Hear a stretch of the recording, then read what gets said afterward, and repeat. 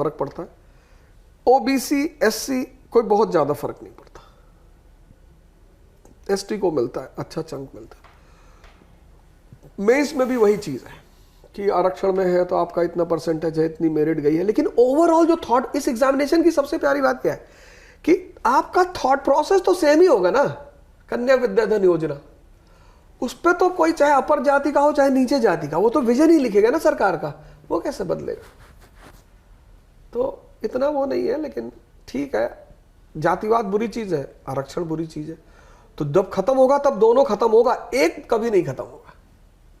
ये दोनों राहु केतु है, जब जाएंगे तो एक साथ जाएंगे, अकेले नहीं जाएंगे। भविष्य के जो आईएएस, आईपीएस, आईएफएस तमाम जो आपके अंडर से निकले छात्र कल को बड़े अधिकारी बनते हैं, तो उनसे किस तरह की उम्मीदें रहती हैं आपकी? कल को किस तरह का देश उनके थ्रू आप चाहते हैं कि बने, इस तरह का देश जो आज के आईएएस तैयार हो रहे हैं, आईपीएस तैयार हो रहे हैं, वो इस तरह का देश? मेरी तो व्यक्तिगत किसी से कोई उम्मीद नहीं होती, पर्सनल ना। मैं बहुत कोशिश करता हूं कि मैं किसी को डिस्टर्ब ना करूं।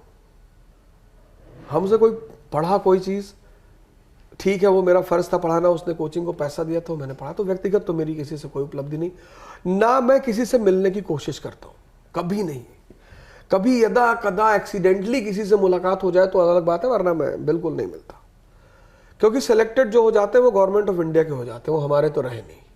जैसे बिटिया की शादी हो गई तो ससुराल की हो गई, अब उस ससुराल से माँ बाप को प्यार करे वो एक अलग बात है।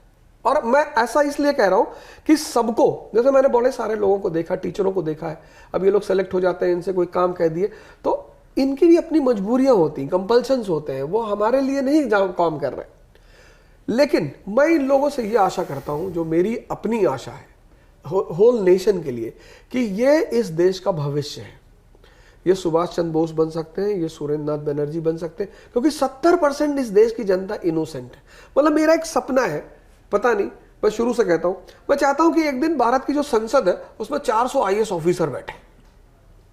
ये मेरा एक सपना है। मैं अपने स्टूडेंट्स से, जो जिनको मैं पर्सनल गाइडेंस देता हूं, जिनके साथ मैं बैठता हूं, मैं कहता हूं यार 10 साल नौकरी करना। मैं पौरुष से भी यही कह रहा हूं कि 10 साल नौकरी करना, उसके बाद, क्योंकि जब ये अंदर आएंगे, मतलब इनको सब पता है, इनको पता है कि इकोनॉमी और सोसाइटी के बीच रिलेशन क्या है, इनको पता है कि बिहार की पॉवर्टी और पूर्वांचल की प्रॉपर्टी का मेन रीजन क्या है, वहां जातिवाद ज्यादा क्यों है, ये सब इनको पता है। तो जब ये पॉलिसी फ्रेम, अभी तो फ्रेम करेंगे, तब ये इंप्लीमेंटर होंगे, यहां लगाओ इसको, तब इस देश की स्थिति सुधरेगी और बहुत महान स्थिति होगी। 400 ना भी सही, 300 आ जाए तो बहुत है। पर ऐसा मैं इन लोगों से आशा करता हूं कि आने वाले टाइम में आईएएस ऑफिसर हुए, जर्नलिस्ट हुए, पत्रकार पढ़े लिखे लोग हैं, डॉक्टर्स हुए, इंजीनियर्स हुए, इन लोगों को आगे आना पड़ेगा, तभी ये देश थोड़ा आगे की रेस में बढ़ेगी। क्योंकि ऐसा नहीं कि सिर्फ यही लोग पढ़े, डॉक्टर्स हैं, इंजीनियर्स हैं, जर्नलिस्ट हैं।